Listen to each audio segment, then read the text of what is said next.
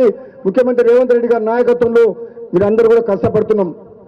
మరి ఎందుకు ఆవేశంతో ఒక తెలంగాణలో కాంగ్రెస్ అభివృద్ధి చేయట్లేదని చెప్పి మాట్లాడుతున్నారు అర్థమైతలేదు. కానీ ఒక్క మాట చెప్పగలుగుతున్నాం, కాంగ్రెస్ పార్టీ పేదల పార్టీ, ఈ దేశ స్వాతంత్ర్యం కోసం పోరాటం చేసిన పార్టీ, తెలంగాణ రాష్ట్రాన్ని ఇచ్చిన పార్టీ, బడుగు బలహీన వర్గాలకు ముఖ్యంగా రైతులకు అండగా ఉండే పార్టీ ఏదంటే కాంగ్రెస్ పార్టీ. ఈ కాంగ్రెస్ పార్టీ ద్వారానే పేదలకు న్యాయం జరుగుతుంది తప్పితే ఒక కుటుంబ పార్టీ ద్వారా ఎప్పటికి కూడా న్యాయం జరగదు.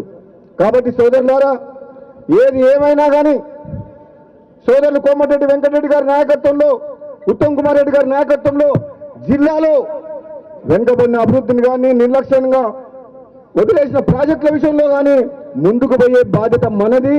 మనందరం కలిసికట్టుగా ఈ జిల్లాని ప్రతి ఎకరాకు సాగునీరు తీసుకొచ్చే విషయంలో కానీ, పేదలకు అండగా ఉండే విషయంలో కానీ, ఏ అభివృద్ధి విషయంలోనే సరే వెనుకడుగు వేసే ప్రసక్తి లేదు. అంత ముందుకున్న మంత్రి ఉన్నాడు, వాళ్లకు పదవులు ఉన్నాయి కానీ వాళ్ళ ముఖ్యమంత్రి దగ్గర మాట్లాడే ధైర్యం లేదు. మనకున్న మంత్రులు కేవలమే, కానీ ముఖ్యమంత్రి స్థాయి ఉన్న వాళ్ళిద్దరు కూడా, ఉత్తమ్ కుమార్ రెడ్డి గారు కావచ్చు, కోమటిరెడ్డి వెంకటరెడ్డి గారు కావచ్చు, మామూలు నాయకులు కాదు.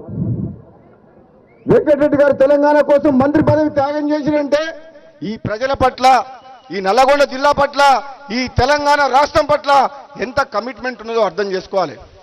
పదవుల కోసం పాకులాడే వ్యక్తి కాదు కోమటిరెడ్డి వెంకటరెడ్డి.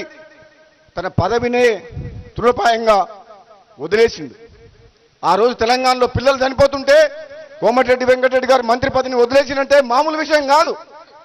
ఎంతో మంది పిల్లలు ప్రాణత్యాగం చేస్తుంటే చూడలేక ఈ తెలంగాణ రాష్ట్రం సాధించాలని చెప్పి, 60 ఏళ్ల కళ పూర్తి కావాలని చెప్పి, ఈ ప్రాంతానికి అన్యాయం జరుగుతుందని చెప్పి తెలంగాణ రాష్ట్రం కోసం పదవి త్యాగం చేసిన వ్యక్తి.